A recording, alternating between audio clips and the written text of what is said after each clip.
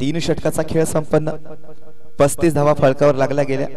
या षटकात जर टिचूर मारा केला तर सामन्यात अजून सुद्धा एक वेगळी रंगत निर्माण होईल, कारण यतीश पाटील सुद्धा चांगल्या प्रकारचा खेळ साकारताना बघायला मिळतोय। यावेळेस मात्र पूल केला जातोय, पप्पू पाटील येतोय चेंडू खाली आणि झेल मात्र टिपला जातोय। मोठा फलंदाज जाळ्यात अडकला जातोय, बडी मछली जाल में फस गई। यतीश पाटील मात्र तंबूच्या आसऱ्याला परतताना बघायला मिळतोय। यतीश पाटील विरोधात नवीन फलंदाज वर्णी लागली जाईल का? 35 धावा फळकावर लागल्या गेल्या तर नरेश पाटीलला मात्र सामना ओळखावा लागेल। नवीन फलंदाज निश्चितच काल ज्यानं अप्रतिम दर्जाचा खेळ साकारला होता,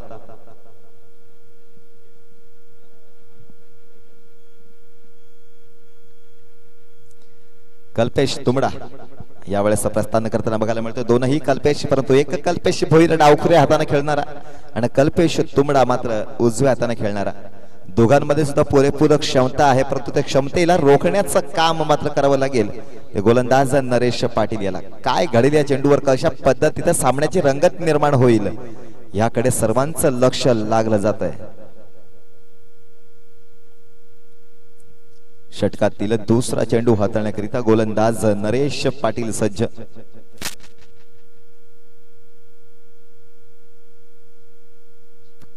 पुन्हा एकदा बराच वेळ हवे ते चेंडू, वन्स अगेन पप्पू पाटील आणि यावेळेस मात्र अप्रतिमरित्या झेल टिपला गेलाय। कल्पेश भोईर यावेळेस तंबूच्या आसऱ्याला परतताना बघायला मिळतोय। बॅक टू बॅक दुसरा झटका, कोहोचा पॅन्थर संघ वापसी करताना बघायला मिळेल का? कारण या आधीच्या चेंडूवर यतीश पाटील माघारी परतला गेला, त्यानंतर मात्र कल्पेश भोईर माघारी परतला जातोय। संघाचा संघ नायक नरेश पाटील गोलंदाजीवर आला आणि दोन चेंडूवर दोन फलंदाजांना माघारी पाठवलं गेलं। कल्पेश भोईर हताश नाखुश, जोरदार प्रहार करण्याचा प्रयत्न केला तर डावखुऱ्या शैलीचा फलंदाज होता, त्याला मात्र पूल करण्याचा प्रयत्न केला गेला आणि पूल मात्र अनसक्सेसफुल झाला आणि मिड ऑन रिझनला फलंदाज कल्पेश भोईर झेल देऊन माघारी परतला। नवीन फलंदाज वर्णी लागली जाते संघाचा संघ नायक नौका तारण्याकरिता निखिल पाटील जाताना बघायला मिळतोय। Naresh Patil on hat-trick ball, Kalpesh Tumda batting स्ट्रान्सला बघायला मिळेल।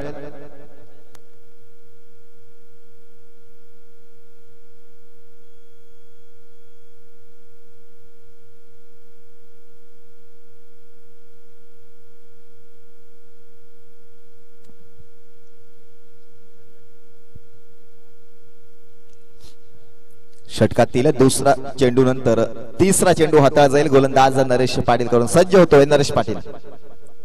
यावेळेस मात्र अप्रतिम दर्जाचा चेंडू हॅट्रिक सादर केली जाते नरेश पाटील कडून। कल्पेश तुमडा माघारी परतला गेला, स्लोअर आर्मचा वापर केला गेला। कल्पेशला मात्र आशाभंग झाल्यासारखं वाटलं असेल, कारण ज्या अर्थी कल्पेशने बॅट फिरवली होती चेंडूचा स्पेस येणार होता असं वाटलं होतं, परंतु चेंडू मात्र स्लोअर आर्म हाताळला गेला गोलंदाज नरेश पाटील यानं आणि या स्पर्धेतील आणखी एक हॅट्रिक आपल्या नावावर सजवली गेली। तर आतापर्यंत ती या स्पर्धेतील तिसरी हॅट्रिक सादर केली जाते ती नरेश पाटीलच्या गोलंदाजी मार्फत। पहिल्या 3 चेंडूवर मोठे 3 फलंदाज तंबूच्या आसऱ्याला। पहिल्या चेंडूवर यतीश पाटील माघारी परतला गेला, त्यानंतर मात्र कल्पेश भोईर माघारी परतला आणि त्यानंतर मात्र कल्पेश तुमडा सुद्धा माघारी परतताना पाहायला मिळतोय।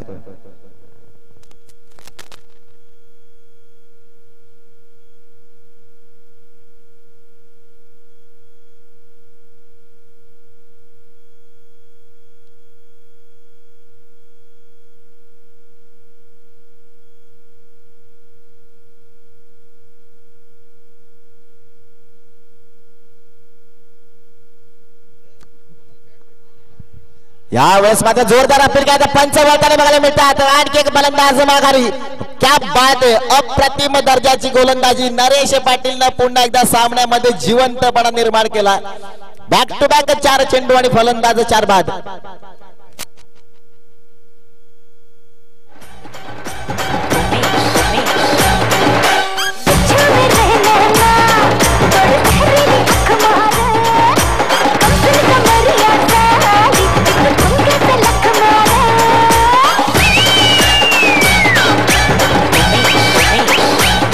धन्यवाद डीजे. अक्षय लोहार माघारी परतला गेलाय. क्रिकेट रसिक मायबापांना एक निवेदन आहे, जर कोणाला बॅट सापडली असेल कृपया ती बॅट या ठिकाणी सुपूर्द करायची. एक बॅट या ठिकाणी हरवली गेली, ती बॅट जर कोणाला सापडली असेल तर कोणाची बॅट कृपया ती सुपूर्द करायची. कमेटी बॉक्स मध्ये या ठिकाणी किंवा कॉमेंट्री कक्षात जर आणून दिली तरी चालेल. ती बॅट खूप महत्वाची अशी बॅट आहे, ती कृपया बॅट सुपूर्द करायची. गोलंदाज नरेश पाटील सज्ज.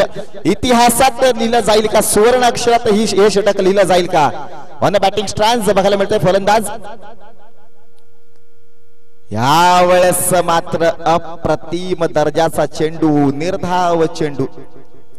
नरेश पाटील आतापर्यंत 5 चेंडूचा खेळ संपन्न, 16 धावांची आवश्यकता असताना 5 चेंडू मात्र अप्रतिमरित्या हाताळले गेले. तर 5ही चेंडू निर्धाव, 4 फलंदाज बाद केले जाते. शेवटचा चेंडू प्रेझेन्स ऑफ माइंड. यावेळेस मात्र दिलीप माळीच्या हातून चेंडू निसटला गेला.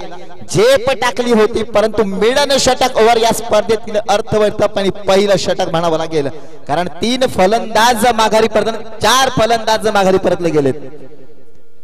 मिडन षटक तिसरं आणि हॅट्रिक मिडन षटक हे पहिलं या स्पर्धेमार्फत. अप्रतिम गोलंदाज